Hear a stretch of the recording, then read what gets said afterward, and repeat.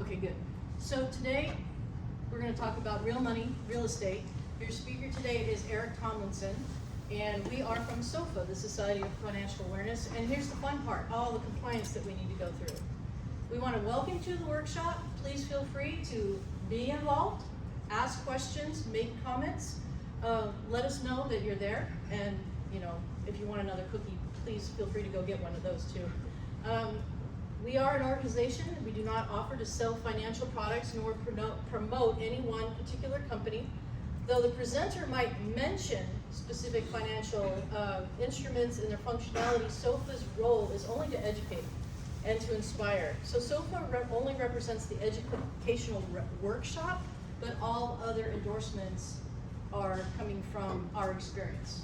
So if you have any questions specifically about maybe something that we mentioned, please let us know, and we'll take it offline, and we'll talk to you after the meeting if you have time, or make an appointment. We are a nationwide nonprofit educational speakers bureau.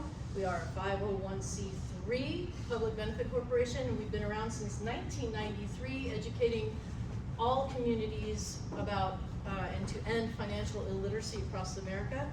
So we speak to nonprofits, churches, organizations such as yours, any organization that gets together just like this and wants to be educated about some financial anything. We will do those presentations. There is no charge. So if you know anybody, if you're interested in taking information to a church or maybe to an organization that you have, this is available for you to be able to offer to. Okay, we don't just do HR, we can do other stuff too, so if you're interested. And then we don't have the evaluation forms in front of you right now, but we will by the end of this hour. And we would like you to, again, go ahead and fill that out. Let us know what you're interested in. I know that Eric and myself are highly interested in feedback as to how we can improve, what we can bring to the conversation next time, or if there's any other comments. We are definitely wanting that kind of information. So with that being said, I am introducing my friend and possibly realtor here soon, maybe, Eric Tomlinson from the Tomlinson Group Real Estate. He is from Temecula, and I'd like to bring him up and let him stun you with his excellence of performance. No pressure. No pressure at all. Thank you. All right. Thanks for letting us be here with you today. I wanted to just touch base and ask a couple questions. How many of you in this room have ever owned a home? Not necessarily now, but you owned a home at some point. Fantastic. That helps me understand who I'm working with also. How many of you owned in your lifetime 5 or less homes? Like, not at the same time, but maybe have purchased and sold and so on and so forth. Anybody 5 or less? Okay, good, good. How many 5 or more at one point? Not all at the same time, but in your lifetime. Okay, great. All right, that helps me understand. So many of us will own 2 or 3 homes in a lifetime. And if you're a Southern Californian, you probably move every 3 years. If you're like Warren Buffett, you stay in the house for eternity for 50 years, and you never move, no matter how big a home you feel like you need is. So, so with that said, my name is Eric Tomlinson. I've been selling real estate for 18 years, and prior to getting into real estate and becoming a real estate broker, I was a teacher and in the educational system, actually a music teacher by trade, and then I became a principal, and assistant principal, etc.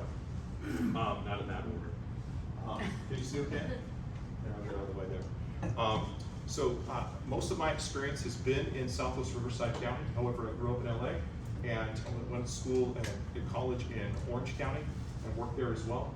And then learned a great deal about San Diego County as well. So I've worked all of Southern California. My wife and I are a team, and she's been in the real estate business for 31 years, and I joined her 18 years ago when we got married. So with that said, we've sold about 2,200 homes in that time frame. The reason I tell you that is so that you go, who's this guy and what kind of knowledge does he have or experience?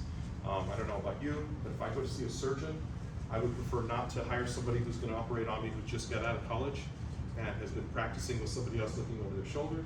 I would want that person that's performing, 100 minimum surgeries in that specific category that I need them to operate on me with for the last 50 years would be preferable. Well, 30 at least. So I've got 18, so to help you with that. So that's my frame of reference. Today, we're going to be talking about first-time home buyers. We're going to be talking about how to get your offer accepted. We're going to be talking about what it takes to get you qualified to purchase a home. Why is that important? Because the market changes every 3 to 6 months. And depending on the area or the territory that you're purchasing in, for example, negotiating in Los Angeles is completely different than negotiating in San Diego. And it's completely different than negotiating in Orange County or Southwest Riverside County. The approach that your realtor takes to getting your offer presented, pretty huge. You can be tossed to the side, thrown to the bottom of the pile if your agent doesn't understand the cultural nuances of that area. So I point that out because it's something I considered when I was going through these slides, which you won't see on the slides, but I would be adding a lot to what you see today. So first-time buyers, money saving secrets. This is the overview of what we're going to talk about to begin with. 8 tips every buyer should know. 6 deadly sins to avoid when buying a house in today's market, which I'll add to, actually, making them specific to this market today. Things to consider when selling your home. That's huge. I know for myself, I've worked with those of you who are hearing some of the story that I talked about with Cohen Square. I was telling a story about clients that were being told by other agents they should put their home in the market right now as soon as possible. And I said, well, who does that benefit? I asked the sellers. And they were like, well, us. And I go, if you could get more money in 2 months, would you want that? And they're like, well, yeah. And I go, so are you in a hurry because you need the money now, because you're hard up? Or could you wait and make some more money? So having somebody that's going to consult with you is huge so that you can make more money. They would have made maybe $720 in November. But now they've got an offer that's accepted at $800 and looking to close. So they made an extra 80 grand from waiting a couple months. That's a good thing. So that's just one thing to consider. Investment property, what to look for. All right, there's one investment property that I'll get to in a little bit that everyone can live in, everyone can rent, and is also very, very, what is it? There's only 10% of them made, so I'll go over that with you, this one. Don't get the cart in front of the horse. Financing comes first. A lot of times people will go online and they will find an online lender that doesn't specialize in the area. And because they want to be, what's a better word for it? They don't want anybody to know their business. And so they go to an online lender that they don't know, that nobody knows, so they can remain, what's the word I'm thinking of, Laura? What is it? Anonymous. That's the word, Anita, thank you.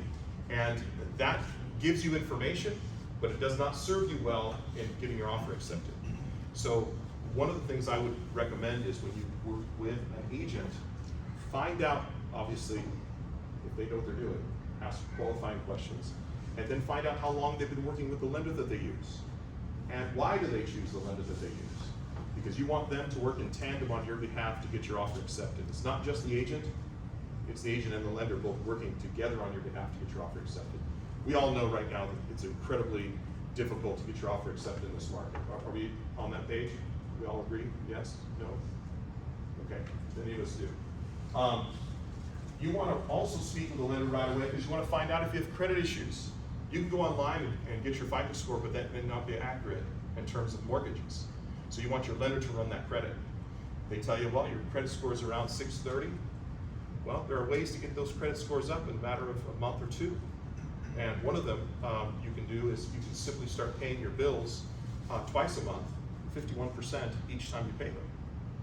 And now all of a sudden you've got 3 points because you got one for paying over what you needed to pay, but not paying it off, because that would reduce your credit score again, because you've got to show credit. And then you also want to pay it twice because that gives you 2 points each time you pay it. Instead of 10 bills being paid once each time, and you got 10 points, now you're at 640. You did that for 1 month, but you paid it twice, and an extra little bit. Now you got 3 points per bill. Now you're closer to 30 points. Now you're closer to 660, 670, which is a better place to be, which you'll see. Pay off appropriate bills when possible. If those of you are into Dave Ramsey or other financial institutions that are teaching you about how to save money, pay off your highest interest rate debt first. You got a 28% credit card and you got $5 grand on there, pay that thing off. You just gave yourself a 28% raise. on that $5,000. Develop a financing plan for your home. Well, that is going to be done in conjunction with a lender. Avoid urban legends. Okay, I'm waiting for the market to crash, and I can't wait for those repossessions and those bank-owned properties to come. You're going to be waiting a long time. And the reason you're going to wait a long time is because if they do happen, which they're trickling once in a while, everybody's going to converge on those, and it's going to drive the price up. So you're better off buying something else that's not in everyone's face, and there are ways and there's strategies to get those properties at a good price as well. That are standard sales, etc. The divorce, probate, it's kind of difficult to find out, knock on somebody's door and say, hi, I heard you're getting a divorce. Can I buy your house for less money? Probably not going to work very well, right? That's kind of frowned upon. So probate is also can be very lengthy. It can take a year, unless they've done all their work ahead of time. Like I have one in Hemet right now. They did all their work proactively, and it's in escrow and close in 30 days because they did all that, as opposed to an end around. 8 tips every buyer must know. Get approved for your loan first before you start searching for homes that your agent should be sending to you. And your agent should consult with you and find out what is it you want and why, what's your motivation for purchasing, why is it you're moving, and what your monthly payment should be based on what your needs are. If I make $10,000 a month, do I want a $5,000 a month mortgage? Well, I'll probably take home $7,500 if I'm lucky, so maybe $6,700. So that leaves me with $2,700 left to live on. I don't know about you, but maybe I need a latte now and then. It's going to crack my sock. So you maybe want to find out how to get a $3,000 a month mortgage. What does that take? Let's go on to number 2. Beat competition to new things on the market. How can I get there first? Well, that's key. There are times when you can do that. Often though, I know that for the strategies that I employ, you're not going to get to my properties faster than anybody else. You're just not, because if I represent the seller, I'm going to put my home on the market on a Tuesday, and nobody gets to see it till Friday, even though they're chomping at the bit, beating my door down. I'm going to say, sorry, that property is available to be shown Friday, Saturday, and Sunday, which is going to funnel all of you buyers into the weekend, and you're all going to have to compete for it, beat each other up over that property, which raises the price. That's the strategy I employ, I employ on a regular basis. There are agents that don't do that, so if a property comes in the market, it can be seen that night, well then by all means, descend upon that property, move your schedule, and make that happen. Okay, so there are different types of strategies that can be employed, and then also hiring an agent that is in the know, that knows about properties that are off market before they come on the market, because every now and then a seller doesn't want to deal with showings. And especially with COVID having happened, they're like, I don't want a bunch of people through my house. Do you have a buyer for my house? Will they pay me X amount of dollars? Let's do that. And as long as they're qualified, they can close in 30 days. That's the chances of getting that offer accepted are great. Do your research. Make yourself a market expert where you are, looking for a home so you will know what an appropriate offer will be for a home. That's one of the things that first-time home buyers do so incorrectly, and it takes them so much more time. You go online, we go online and we think we know because Zillow or Redfin or all these, they're pumping us all this inaccurate information, and we believe that that is truth. It's like the media, right? And it's a form of advertising that causes you to pick up the phone to call them. So the inaccurate information gets you on the phone with people that are actually being a little underhanded about getting your attention. But if you have somebody that represents you in the area that they specialize in your area, they're going to talk to you like I am about the things that work and don't work. They're going to share with you, well, these homes generally go for this amount of money. They start here and they sell for here. Or the market changes and they start here and they sell for here. So that is going to ebb and flow every year. And right now we've seen for the last 5 years specifically, at least, price here, sell here. Price here, sell here. And the big question is that going to continue? That's anybody's guess, right? So we do know that it's going to go up through the end of this year. We do know that. It takes a while for the public to recognize, just like it took a while in 2006, 7, and 8. Everybody thought the crash happened in 8, and actually it started in June of 2006. And I was working in real estate at that time. I was new, And I sat there and I said to my wife, I said, honey, things feel different. This is weird. It feels like things are changing right now. She turned around. She said, just keep working. Just keep working. She didn't want to deal with it. I happened to be right at that time. So I remind her often, by the way. Number 4, I'm teasing. Don't be a lone wolf. Seek information from many sources. Your agent should also have great relationships with home inspectors so that they can have some accountability. If you just hire somebody off the internet, they may or may not have done very many. They may not be licensed as a general contractor, and maybe they're just in name a home inspector because they've been a handyman their whole life.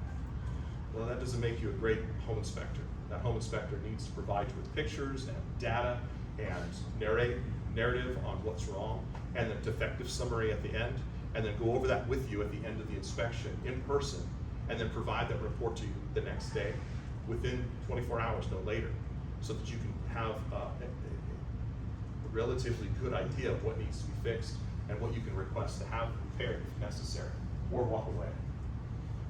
Let's move on.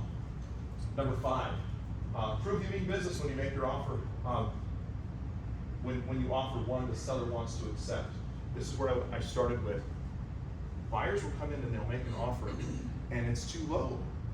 And you've lost the attention of the seller right off, and now you try to make it up and I'm gonna raise my offer. It's too late. You've already lost the seller's attention when they get multiple offers. So coming in at a fair price, knowing what the value of that home is to begin with, you need to do comparables with your agent to verify what's selling, what's in escrow, what are the prices of the new homes that are in that area that are coming on within a mile radius, and within about 250 square feet above and below.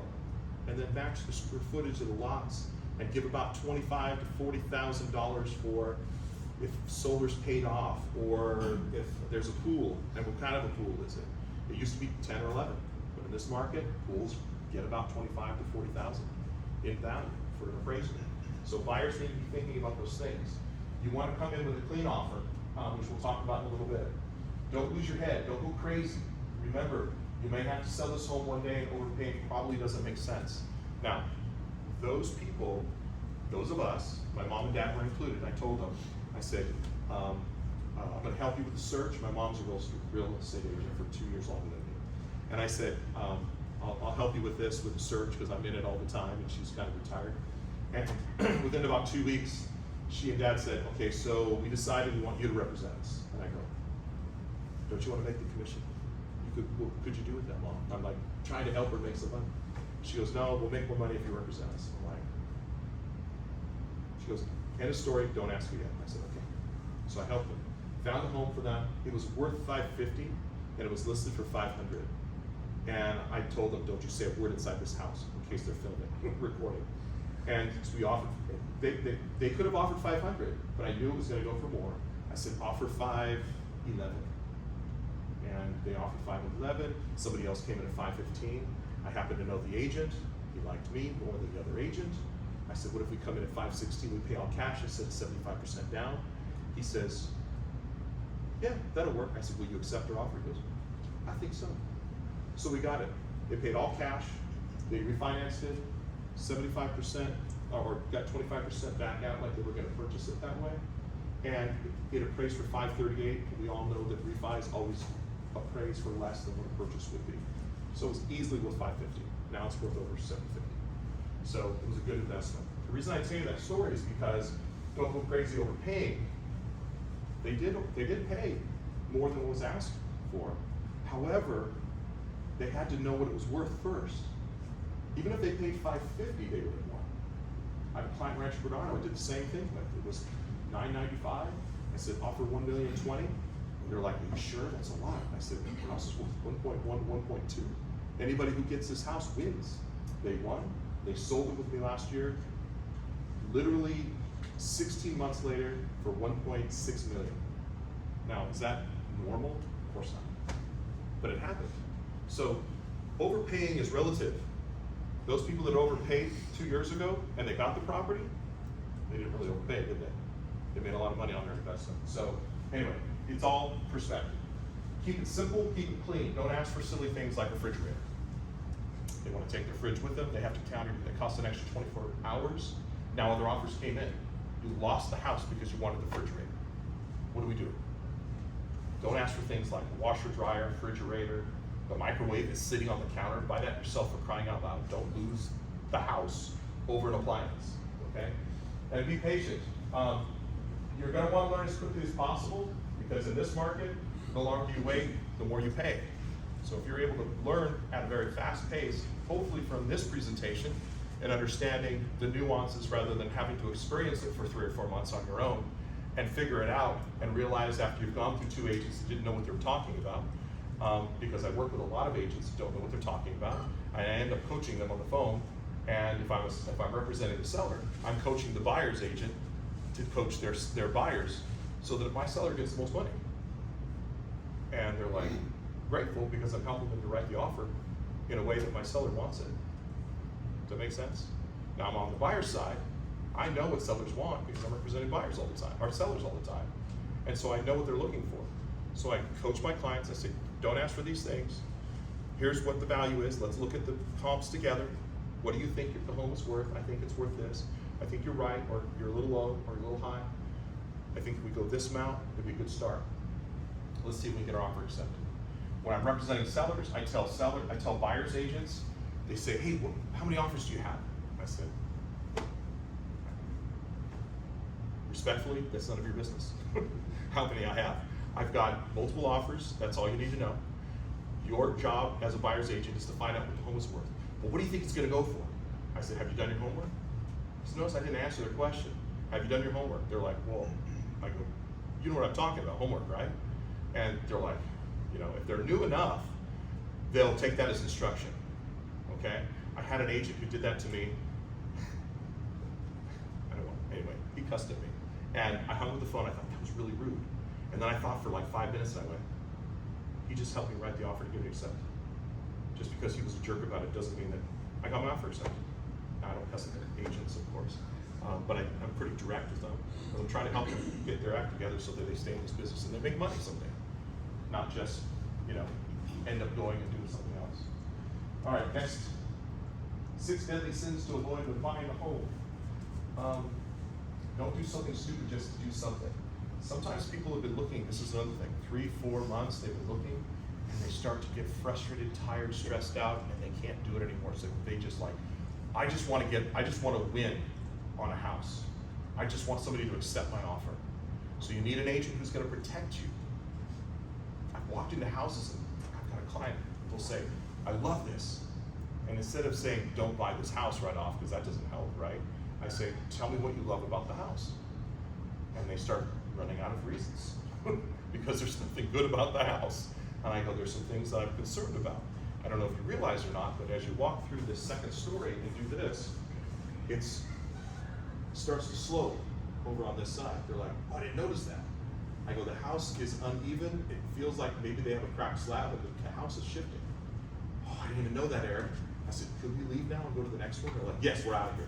Well, they wanted to buy it a minute ago, but your agent should be protecting you in the process and looking for things that you're not looking at because you're looking through the house and going, I'm tired of stress, I just need a house.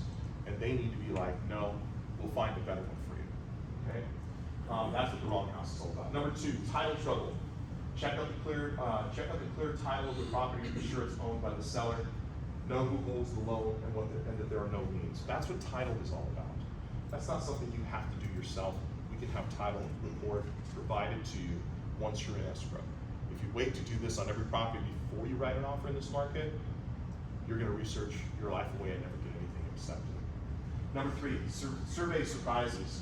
Check out the mapping of the property, be sure where the boundaries are and what easements exist. This would be homes on land, where you've got 4 homes, and then you realize, how do they get to their house? I want the house in the front corner, but how do the people in the back get to this? You drive around, there's no driveway, there's no entrance, and it's kind of landlocked. Well, there's an easement on that property, on your property that you're going to buy, that requires you to allow people to drive through your property to get to their house. Is that acceptable to you?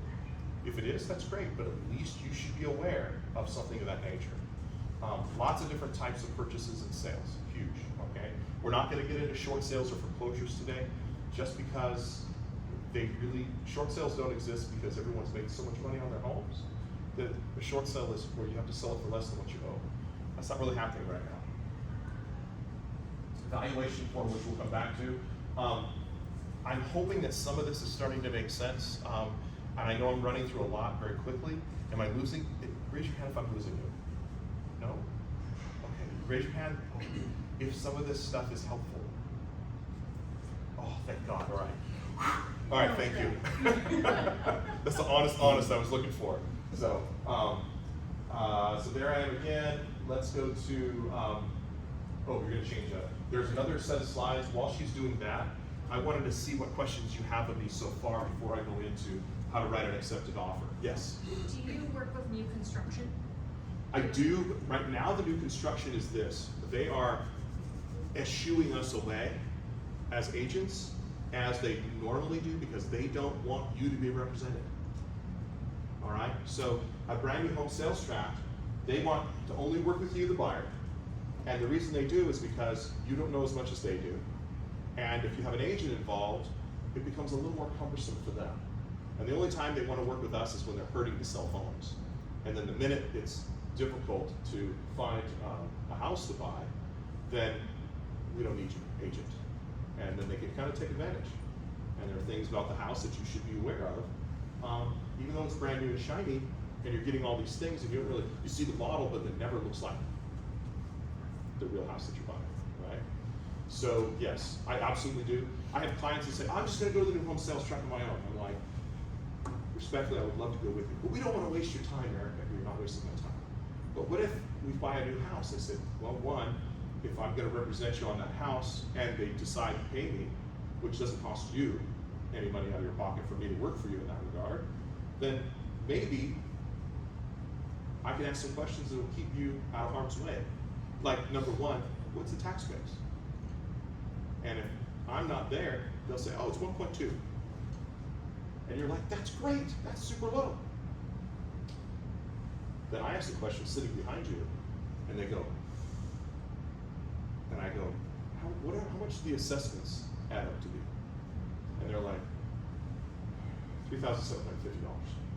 And now all of a sudden it's not 1.2% anymore, now it's 1.8 or 2.3, and I'm paying $15,000 a year in taxes alone, which is about, I don't know, $1,200–1,300 a month, and I don't even own the house. I'm just paying taxes on that.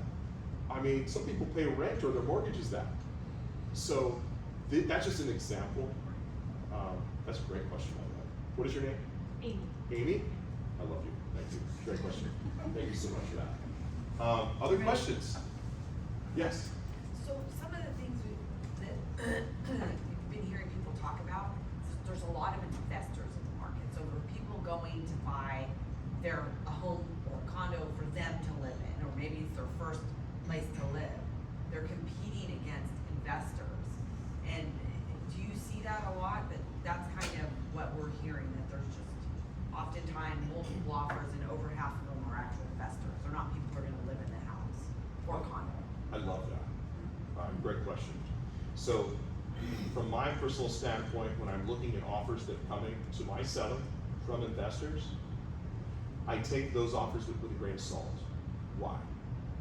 Because they can fall out of escrow. Why? Why can they fall out of escrow, Eric? Why? They want this house.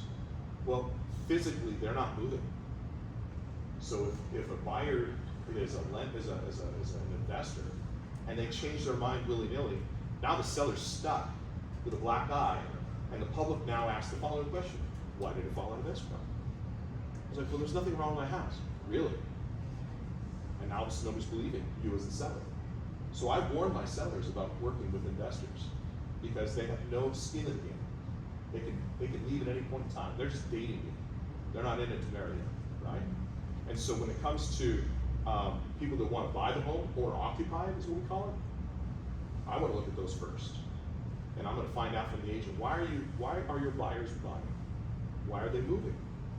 And if they can give me a compelling motivation or reason behind that, well, my buyer's going to win every time if I'm representing them, because I'm going to state, my clients have 3 kids, they're living in 1,000 square feet, they need a 2,500 square foot home, they want to be, and I can give like a list of 10 things. Well, the agent doesn't want to fall out of escrow either, because it takes an extra 2 weeks, 3 weeks. So that agent now is looking at me going, wow, this guy's done his homework. I'd rather work with him. Looks like it's gonna close. He's done all the things that I expect a buyer's agent to do. He speaks my language, and every time I call him, he answers the phone. So competing against investors, brilliant. I love that. Does that answer your question? Yeah? Yes? Can you give some insights on building versus buying? Say, if you're buying in a more suburban or even urban area versus building in, say, like acre plot of land in Vista or something like that. Is that just unrealistic right now in today's climate, or is there still some doubt? So this last year, what we discovered during COVID and supply issues, that's the big game changer. We went from, a 2x4 costing $1.25 to $6 a piece. And so that changed things a great deal in terms of building a home. I think resale, it's kind of like, well, here's an example. It depends on how valuable the land is, and location is key. So if you get the land for a good enough price, and you don't have issues like easements in the property, and the rule of thumb is always buy just outside of where people are willing to travel, and let society build it to you, and that will give you a wise investment. Kind of like Southwest Riverside County has occurred. People were like, that's so far away, 20, 30 years ago. And even 20 years ago, that's so far away.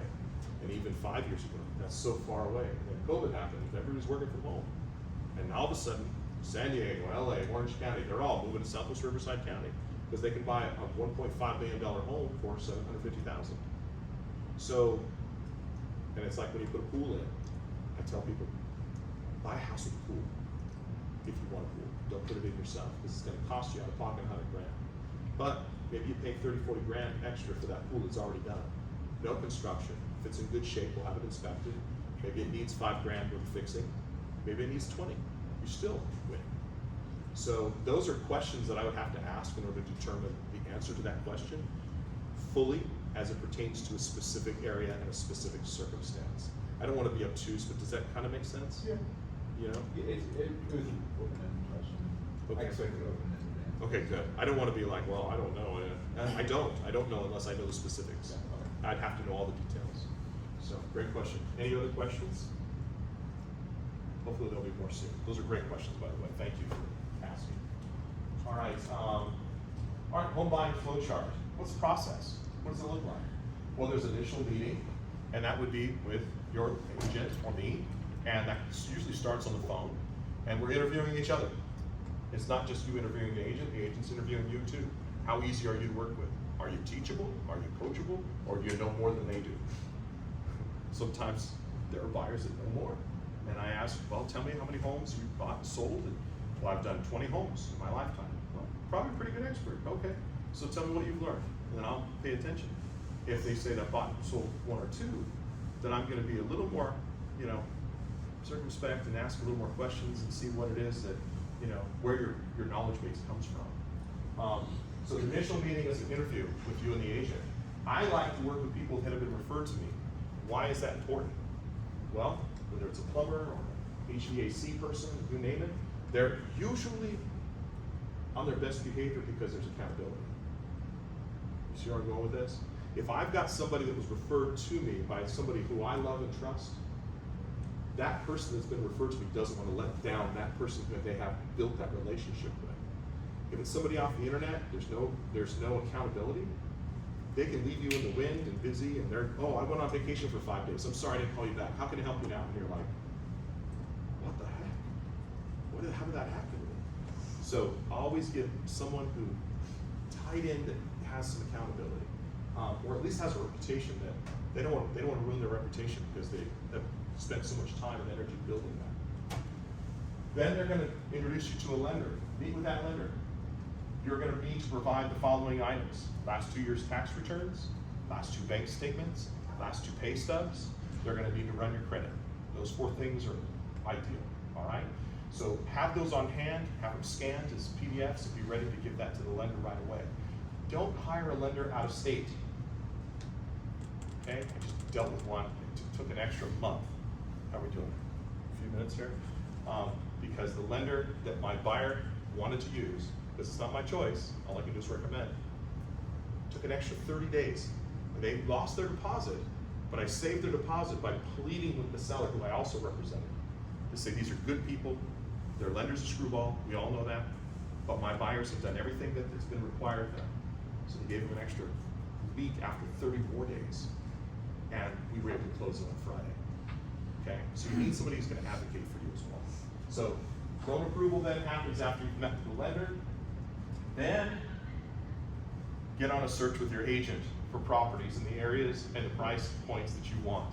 If you start the other way around and you're looking at homes and you think, oh my gosh, I love this $850,000 home, but you only qualify for $750,000, everything is going to look drab and not as good as what you were looking at. So try to save yourself from the sting of sticker shock. Get qualified first, find out what your monthly payment is, be comfortable with that, and then you can say, I'll stretch a little bit here, I'll stretch a little bit there. But don't go pie in the sky and then have to back up. It's painful, it hurts. I don't want to do it. Show property, you gotta get out there and see property. I always tell my clients, don't buy anything today, first day. We're all getting to know each other. I'm gonna be very quiet. It's kind of hard to believe right now, but I'm gonna be very quiet when I'm showing you property. And the reason I am is because I'm gonna be taking note. Don't get nervous. I'm just gonna listen and let you think. I don't want to interrupt you and your thoughts with what it is you're seeing. And then I'm gonna ask you a lot of questions. What do you think about this house? What do you like it? What about it fits your lifestyle? And they open-ended questions so that then they respond. I learn about them, and I learn a lot about what they don't say because I watch them as they walk in. So funny, sometimes they walk in and like, sometimes they walk in like this.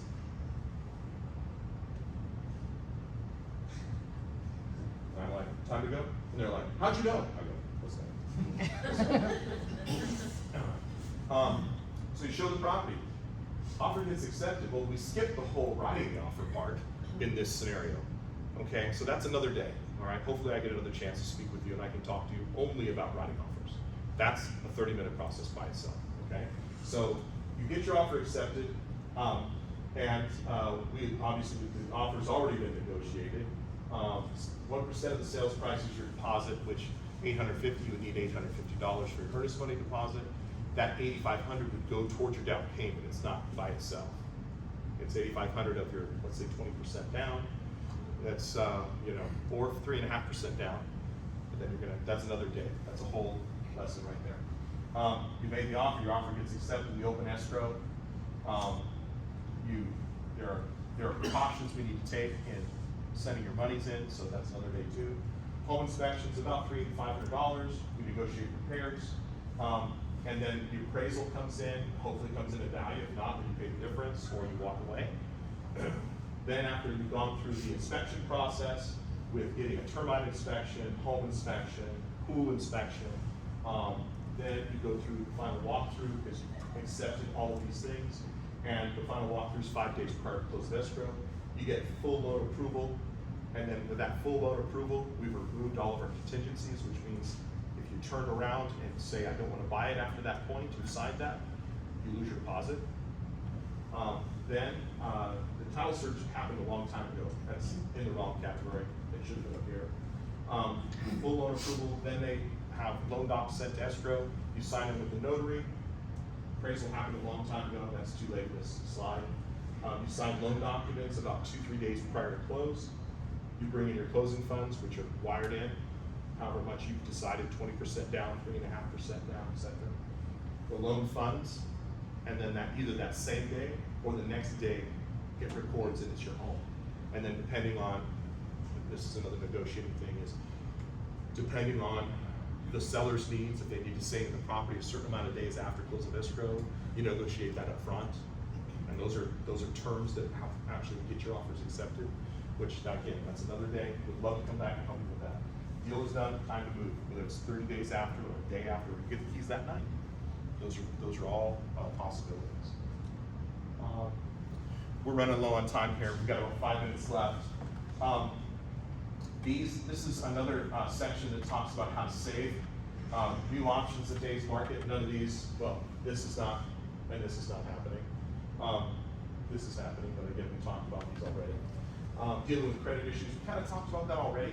And we talked about paying off appropriate bills too, so I guess we've kind of covered this. We talked about this as well.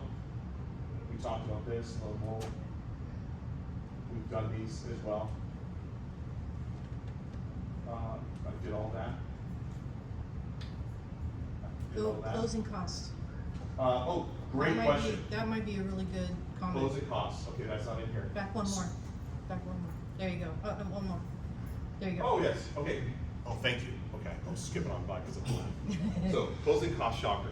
Do know, if you're buying an $850,000 home, your closing costs are gonna be about $13,000 to $15,000. And in this market, don't ask the seller to pay for that, you'll go to the bottom of the pile. You just basically ask for a discount of 15 grand off of the price that you offered. Now you say, well, I have to have that, I'll just offer more. Well, the seller's gonna go, well, my house isn't gonna appraise for that much. So now I'm putting myself in harm's way if it doesn't appraise. Now I need to either pay, I need to drop my price for you, and I still have to pay your closing costs. You're not a good candidate for my home. So closing costs are a big deal. You gotta find out what that is. I've sold in markets where you rolled it in. I work with a lot of VA buyers, they have no money whatsoever.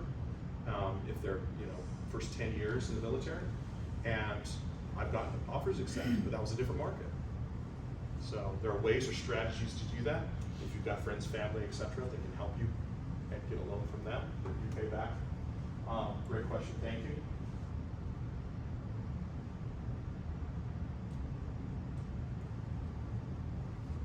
These are different types of loans that we'll get to another day. Short sales. There you go. So that's it. So if you have other questions and you'd like, it doesn't cost anything to speak with me. I'm not an attorney. So if you have questions and you'd like to speak with me in more detail about just anything real estate related, I'd be happy to help you with that. If you'd like to be pointed in the right direction, speak to a lender that's tried and true, and they've done there for over 20 years, and I've worked with them for 8, and they're gonna help you get qualified and prepared to buy. I would recommend, I'm not gonna buy for 2 years, talk to someone now. Well, I'm gonna wait till the summer, talk to someone now. I say that to my sellers and my buyers, and they're like, well, why is that's too early? I go, no, it's not. The sooner you talk to somebody about what your plan is, the less stressful it will be, because you're not crunched to get all those things done, because there are gonna be items that you're gonna have to complete. And if you do it over time, like I told my clients last year, wait till January to put your home in the market. They had to get their house painted, it was gonna take 6 weeks for a painter to come in. I just reduced their stress like this. And they're like, man, I'm gonna make more money out of this. Why didn't any other agent tell me that? Because I'm not any other agent, that's why. So, I have cards if you want, otherwise. One more. Just go one more slide. Oh, Go one more. and thank you for your valuable time today. There you go. And there's my information, my cell number. Just reference that you heard me speak today at your company, Financial Awareness, and I'd love to talk to you, truly. I'd love it. The whole teaching aspect, if you can't tell, floats my boat. So, thanks again. I appreciate you. Before you all head out, I did promise that I would have those for you, but I wasn't able to orchestrate that. So I will get the form to you. You might have a copy of it, I don't know, from last time. It's been a while, so I'll make Yeah. sure you get it too. Please give us some feedback if that's what we really do want. I know I got a lot of good feedback and say I have an advisor. Thank you for coming and talking. I'm gonna go back to my advisor, and that was a good thing. I think that was you that actually said that. If we can get you back to the people that you have started working with or have spoken to and you know, like, and trust, that's our goal for today. But we are always available Yeah. to have a chat with you, and Anita does have the information, and we'll make sure that you have all of this too. Oh, texting is the best way to reach me. Text me and I will get back to you faster, because a lot of times, like, I can't take any calls right now. You didn't see me answer the phone. And if voicemail's full, go to text and just say, Eric, call me. You said you would be available. Oh, shoot. Tell me who you are and I'll call you back, okay? And one last thing, if you are in the market in the next 5 years for a home, I highly recommend speaking to a certified mortgage specialist. Yes. And the reason being is that they are a sort of a financial advisor in the sense that they specialize in that area. So if you have any inkling in the back of your head in the next 5 years of moving or moving up or downsizing, please speak to a certified mortgage specialist because they will do a world of good in this next planning session. So thank you very much for coming. We appreciate you being here, and it's good to see repeat faces, and we'll see you next time. Thank you.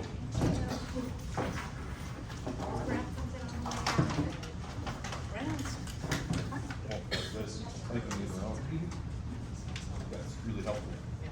I put this in front of it, darn it, but yeah, that was so helpful. Maybe we should use that for BI. True. Oh my gosh.